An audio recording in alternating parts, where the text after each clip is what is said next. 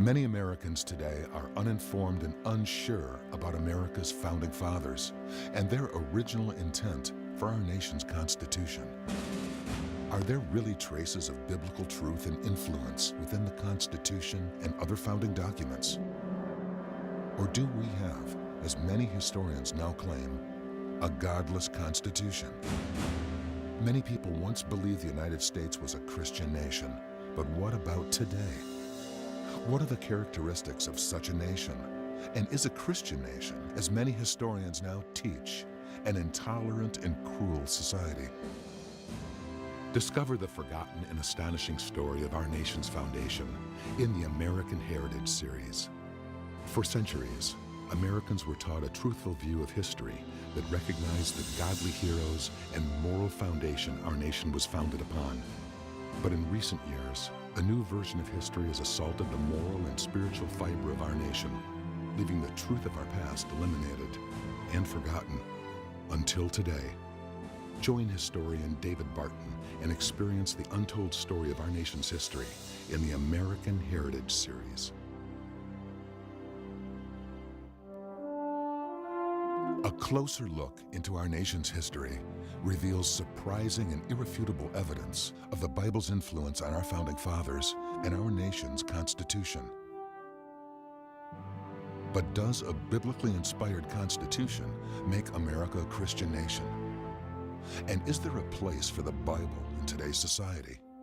Discover our nation's godly history in the American Heritage series. America, this is your heritage.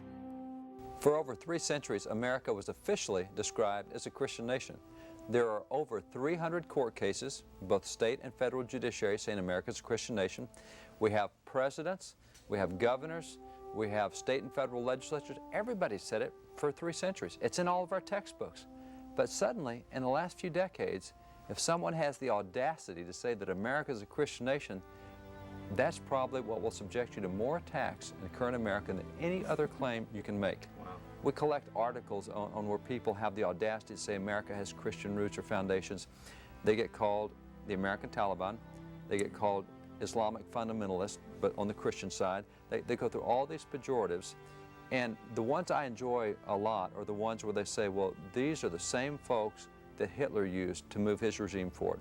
This is the same philosophy that Stalin used. This is fascism at its worst.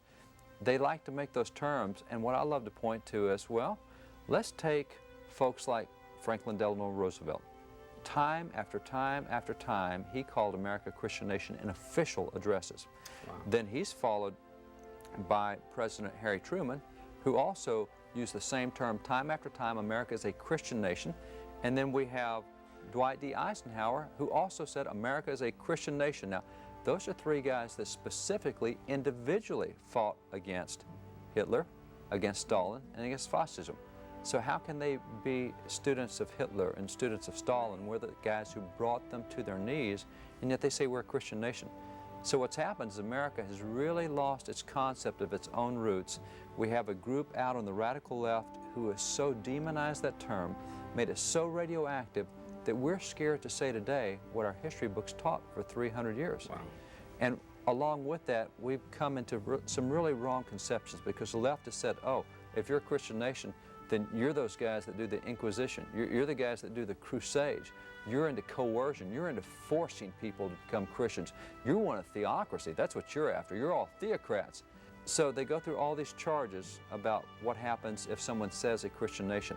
Shows how little they know about history. Numbers of other founding fathers and early American political leaders also declared that America was guided by or founded on Christian principles. Among those making such declarations were Elias Boudinot, a president of Congress during the Revolution, and signers of the Declaration Charles Carroll, John Hancock, Benjamin Rush, Stephen Hopkins, and Samuel Adams. Also citing Christian principles as foundational are Constitution signers George Washington, Alexander Hamilton, Rufus King, John Dickinson, and Roger Sherman.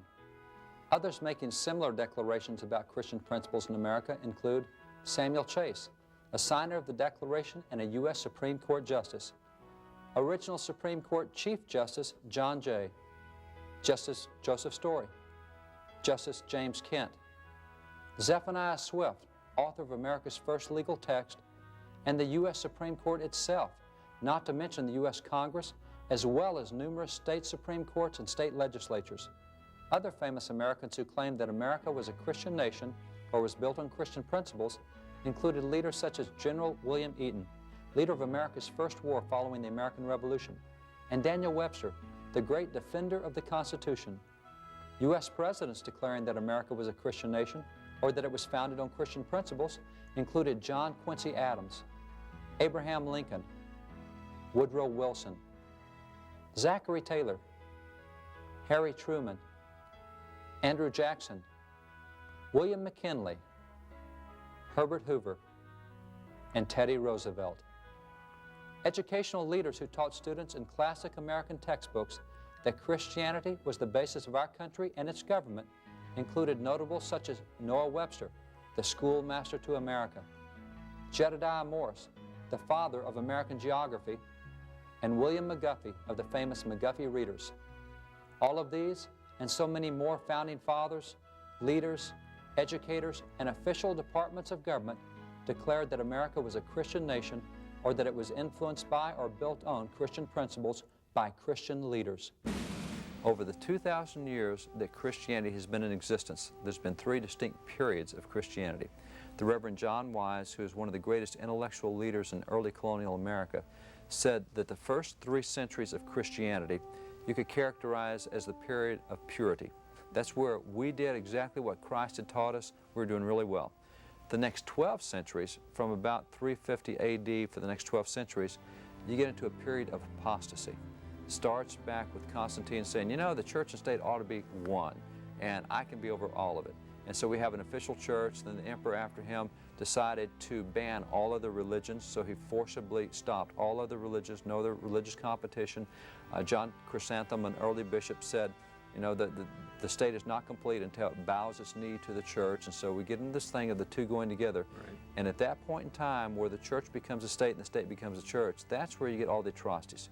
That's that period of apostasy. But then you get into the last 5 centuries, which is the period of Reformation. That's where we said, no, it's time to get away from traditions. Let's go back to what Christ taught. Let's go back to what those first 3 centuries represented, a period of purity. And over the last 5 centuries, and by the way, when we speak Reformation, today we have a really lousy view of Reformation. We think Reformation is Protestants versus Catholics, and that's not it at all. The Reformation came out of the Catholic Church. It was Catholic priests, Catholic monks saying, let's go back to the Word of God. And then when Henry VIII started the Anglican Church, it was Anglican priests and monks saying, let's go back to the Word of God. It was people saying, let's go back to God's teachings. Now we have a tendency today to say, Martin Luther, that's the Reformation. He nailed the 95 Theses up in 1517. That's the Reformation. Reformation started 200 years before Luther was on the scene. Wow. You have Tyndale, who's the morning star of the Reformation. And what happens is the Reformation says we need people to read the Word of God again. Started back in the 1300s with voices saying, let's get back to the Scriptures. And it was not a single individual as Luther. You'll find that there were reformers simultaneously working in Switzerland, working in Netherlands, working in France, working in England. We had all over Europe. Simultaneously, all these guys are saying, it's time to get back to the Scriptures. Yeah. So the Reformation is a movement of returning to purity. Let's go back to the Scriptures. Out of the Reformation, and by the way, you will also find that the Catholic Church ended up adopting so much of what the Reformation advocated at a slower rate because they resisted, but so did the Anglican Church resist. So that's where you come up with a Protestant denomination. These are guys who wanted it to happen faster, so they just kind of started their own group. But the other 2 groups they'd been working with eventually adopted the same principles. So the Reformation moved really all of Christianity back to a much more biblical position. A closer look into our nation's history reveals surprising and irrefutable evidence of the Bible's influence on our founding fathers and our nation's Constitution. But does a biblically inspired Constitution make America a Christian nation? And is there a place for the Bible in today's society?